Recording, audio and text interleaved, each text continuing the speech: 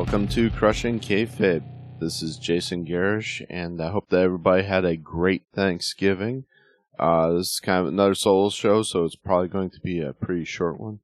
So I figured I'd get right into it. Kind of want to talk a little bit about the Seth Rollins incident last Monday on Raw, and kind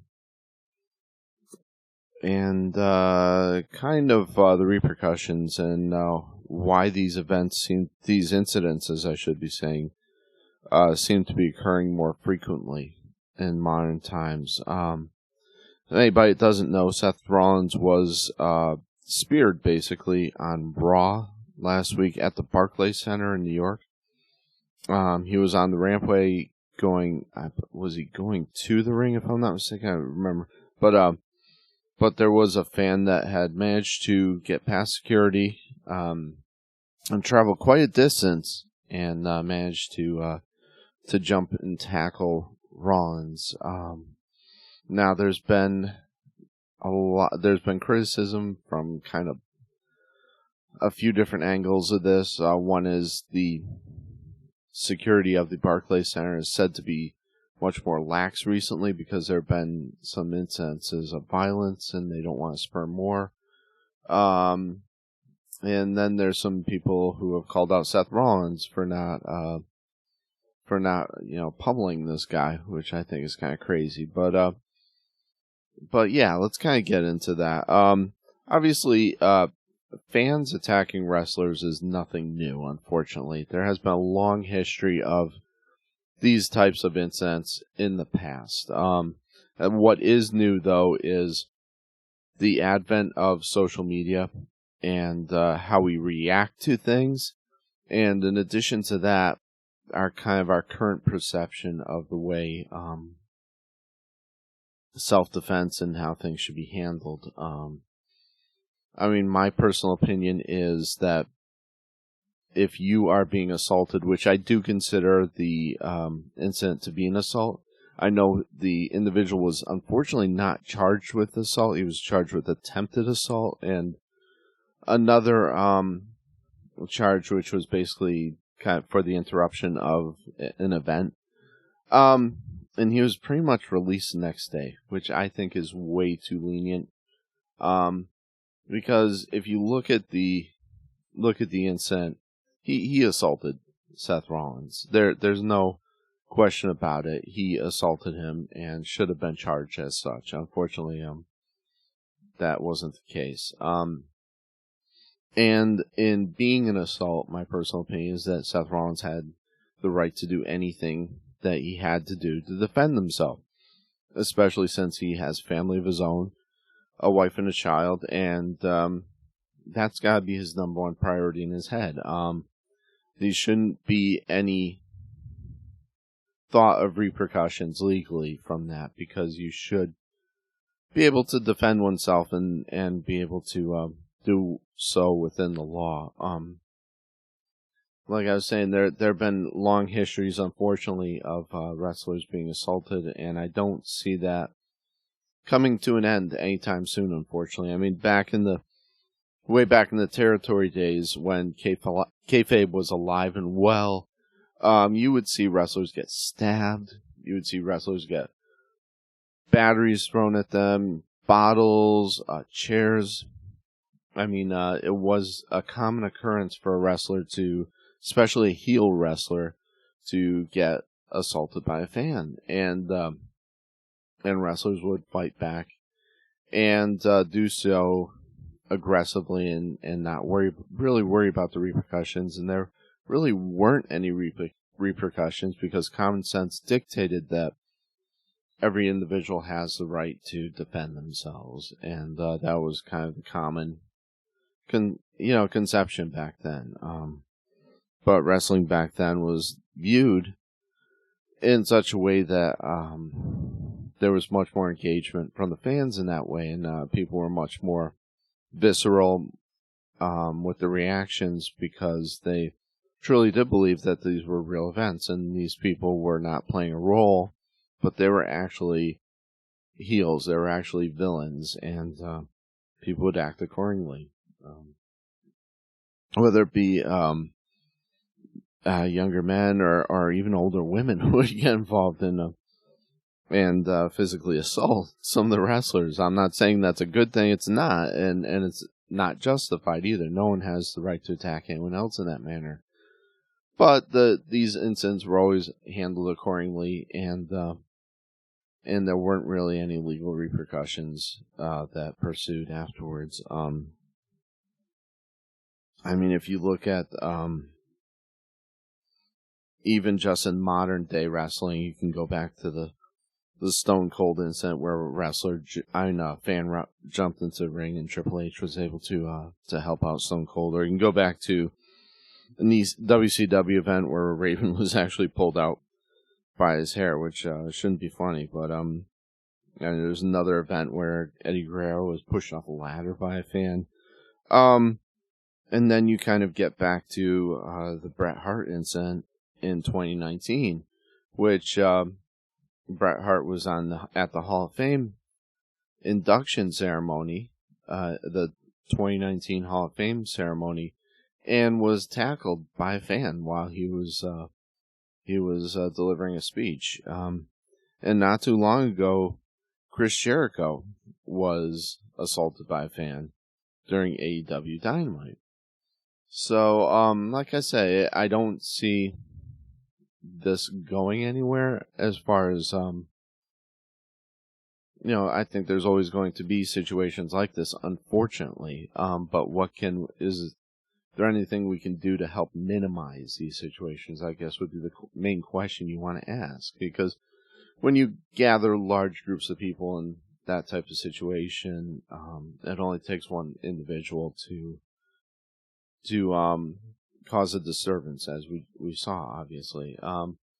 Now, I guess, can you question whether Barclays security could have done more? Answer is probably yes. I think they were probably told to be more focused on COVID-related items and mandates and whatnot, and a little more lax on the security end of things from that standpoint, probably. Which I would think the repercussions of that should be that WWE either refuses to do any further events there, or brings in their own security, and which I would be all in favor of also. I guess another question is, did Seth Rollins act accordingly? I mean, that's a subjective thing, to tell you the truth. I'm not going to bash the guy. He was able to fend them off. He was blindsided. It was unexpected. He didn't see it coming. Who knows how any of us would react in that situation. You'd like to think that you'd be able to defend yourself, and he did. He kind of shrugged them off, pushed them off, and got out of the situation in a hurry. And from a self-defense standpoint, that's what you should do, is get yourself out of harm's way as quickly as possible. If that's running, then run. If it means getting your opponent in a headlock, then do so. He wasn't, to the best of my knowledge, seriously injured, so he did what he had to do in that situation. So from my viewpoint, he did what he had to do accordingly, and then kind of delivered a silly promo afterwards, which, to be honest with you, I'm not a big fan of that, just because it draws more attention to the individual who perpetrated the act, and that's the exact opposite of what I would like to see. Notice I have yet to even name this individual by name, and I will not, because I don't want to give him any more glory than what he's already received. That situation, like I said, thank God Rollins was unharmed. He got out of the situation as quickly as he could. People were there to help out, the referees, whatnot. So in hindsight, I guess he did act accordingly. So I'm gonna go with that route. But now, the media reaction to this and the social media reaction to this has been varied. And that really bothers me. Because if you look at, for instance, one reaction was from Chavo Guerrero, who I hate to say this, is almost,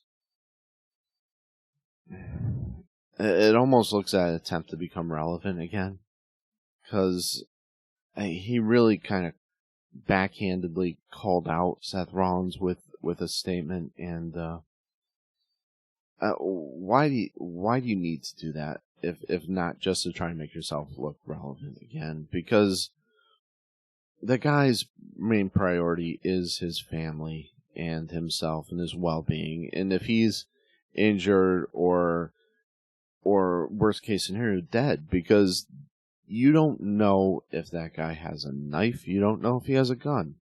He could be unarmed, but still, he was a bigger guy, and an unarmed man can kill you.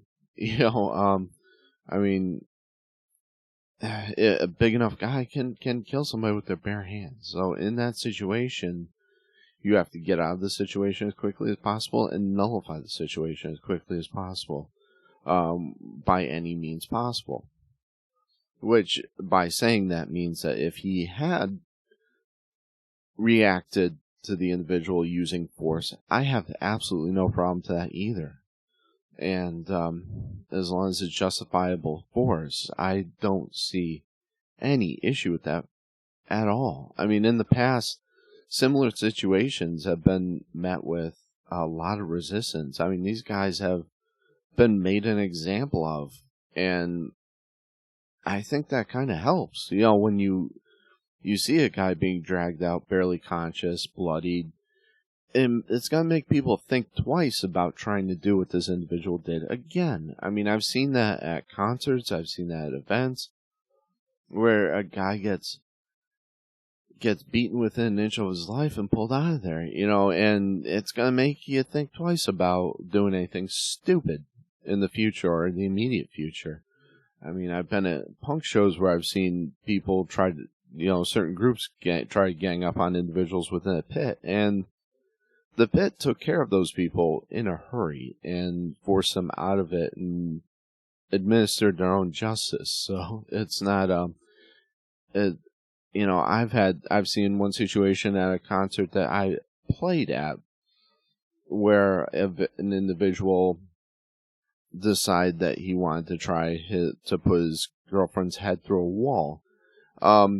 We had just got done. It was an acoustic show. Just got done with a great show. It was a really, really chill set, and we were just kind of blowing off steam afterwards, and this whole commotion broke out, and this individual was trying to assault his girlfriend, which I became involved with, and the owner, myself, and some other individuals gently escorted this individual, and I say gently in quotations, outside of the venue. And unfortunately, they were parked right next to my car, so I went to go load my gear up. They were still screaming at each other when I went out there. But yeah, and you don't know when a situation like that, like I just mentioned, could escalate into a full blown out brawl. So it needs to be acted upon swiftly, and needs to be justified swiftly, and it needs to be nullified swiftly. The threat needs to be nullified. So those are just my own feelings on the situation. From events I've been to. So I've been to a variety of that was like I said, that was an acoustic chill show with a bunch of acoustic, country, rock, folk artists, and you wouldn't think that type of thing would happen at that type of show, because I've been at punk shows, I've been at metal shows where they've come off flawlessly with no violence whatsoever, but the threat of violence is always there, unfortunately, and needs to be dealt with. Which kind of brings me to remembering, Dimebag Darrell's death. Happened. A crazed fan jumped onto stage and shot, Dimebag in 2004. He was performing with Damage Plan at the time. this guy wasn't happy that Pantera had broken up and decided to end one of our great metal guitarists' life, a virtuoso, Daryl. And who's to say though that type of situation couldn't happen at a wrestling event? And you don't know if that could have been the situation last Monday night with Seth. What if this individual had a gun? And I'm not going to get into politics and gun control laws, but most of these incidents are perpetrated with illegally obtained weapons. I'm not going to get into that whole argument. I do believe that, once again, that an individual has the right to protect themselves, and that shouldn't even be questioned. Unfortunately, though, like I was mentioned previously, the media reactions to this incident have been varied. They've been all over the board, because there have been people, like I mentioned, Chavo said that they should have beaten this guy within an inch of his life. I kind of made a backhand attempt, or comment, I should say, about Seth's toughness, which should never been called into question. That's just ridiculous. It's like, yeah, in the old days, that guy would have been pounded into the ground. He's absolutely right. But there are much more. Everyone has a camera in their phone now, and there are much more legal obligations to be concerned with, and you shouldn't have to be, which I think is absolutely absurd. You shouldn't have to. There shouldn't be a second thought in your head. What are the legal ramifications of defending myself? And that kind of gets. We kind of look at the very controversial Rittenhouse incident a while ago, and the reactions to that have been kind of similar, in the sense that you got people on one end of the spectrum that say he had full right to defend himself. Absolutely. You got the opposite, people who are just railing against this guy for whatever reason. I have no idea, but it's kind of scary that our opinions are so varied on this, and there doesn't seem to be a common ground, and that's kind of the way the reaction of Seth has been. There have been people calling in his, questioning his manhood, and there have been people that have supported what he did, and there are people that said, they're making him look almost like the perpetrator, and the individual who did this look like a victim, which is insane. I don't understand that mentality at all. I mean, one thing that enrages me is the fact that this individual can go onto his social media, which he, like I say, I think he was released the next day. So now he can go onto his social media, which he has, and he has made videos, made comments, etc. about this. And it's my understanding that some of this has been monetized. So, I mean, if an individual is assaulted, shouldn't they be due reparations from any profit that the perpetrator does or obtains from the assault? And that is my question right there. I mean, should Seth Rollins be owed any profits that this individual gets from social media that he makes? If he is able to monetize it, which that should be, that's up to Instagram or whoever he's posting through YouTube, whatnot, that they should be able to put a halt on that immediately and say, nope, this violates our code of ethics. It violates the end user agreement that you signed, and you shouldn't be paid anything. And if he is paid anything, I'm saying Seth should be able to go after and get that money, because that's his. That's due to him, because he was the victim of a crime. That the perpetrator of that crime should not be able to continue to prosper from a crime. That, to me, that's absolutely insane.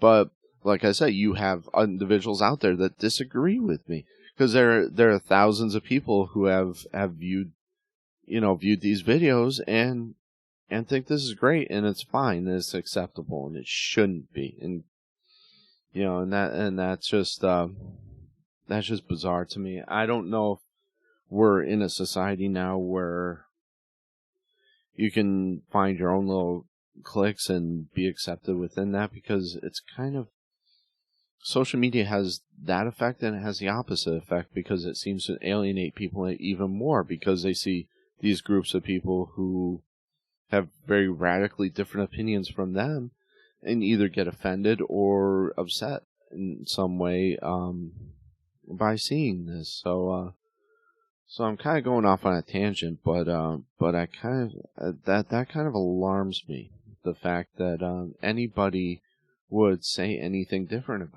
about Rollins attempting to defend himself, and that would but that's the society we live in today. So kind of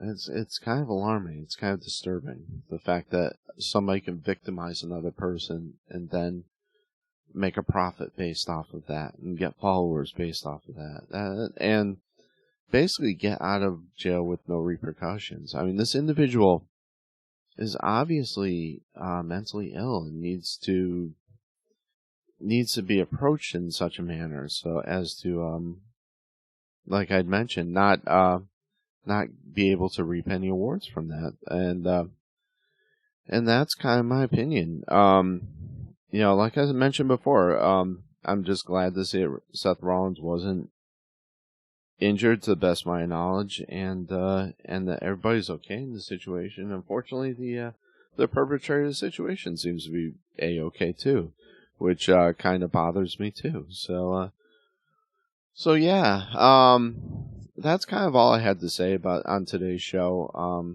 Like I said, it'd be a short one. Kind of just wanted to voice my opinion, kind of vent a little bit on that, because that is kind of an alarming trend. It seems to be that victims of crimes are being made out to be perpetrators of crimes, and the perpetrators are being made to be victims, and it's getting things are kind of getting flip flopped, and I don't like that. But I don't see, like I said, I don't see any trend of this getting less, and I don't see any trend of this type of activity where assaults can occur in public gatherings lessening either. I'm hoping that Barclays will tighten up their security, or WWE will step in and start bringing their own security. That's my hopes, because let's try to bring this down to a minimum. Like I said, back in the day of kayfabe, it was not justified, but almost understandable why people would be that passionate about things. But in this day and age, where we know the fourth wall has been broken down, we know everything's a work. There shouldn't be these type of incidents occurring this frequently. So hopefully this is a trend that kind of goes away, but I don't see it happening, unfortunately. All right, well, that kind of brings about the end of the show. I'd like to give some shout outs. Give a quick shout out to Lucky Lady Candles. You can find them on Facebook or Etsy, and I believe you can also find them, I think, at there's a flea market, and the name eludes me right now, but I believe it's in Milan. You can find that product too. I'll have to look that up and be more on the ball in a future show. I didn't do my homework on that one, sorry, but yeah, look them up on Facebook and Etsy, and you can track them down. And Christmas is right around the corner, so they make great Christmas presents. You can get some candles, you can get some fire starters, and they make some great handmade stuff there. So I'd also like to give a shout out to Then Now Flea Market, which is in downtown Trenton, Tennessee. They have a number of products from my wife and myself. You can get my CD down there. You can get some great handmade products from my wife, and not to mention some really great products from some other vendors in the area locally. Some handmade, some not, but some new, some used. But you can get some great deals down there, so go check them out. That's Then Now Flea Market in Trenton, Tennessee. And hope everybody had a great Thanksgiving. Looking forward to some episodes coming up, and hoping everybody stays safe. All right. Once again, This is Jason Garish, Crushing Kayfabe. Oh, go check us out on crushingkayfabe.com. Crushing with a K. And check us out on Facebook. Like us on Facebook, on YouTube, on Instagram, and we just launched a Patreon page. So for just $1, you can subscribe to us on Patreon. Right now, I don't have any tiers set up, so it's just kind of a thing where, hey, if you like the show, support us, and we can continue to make content and keep the show going, keep the lights on. So that would be awesome. So find us on Patreon. And once again, hey, everybody, be safe. All right, God bless.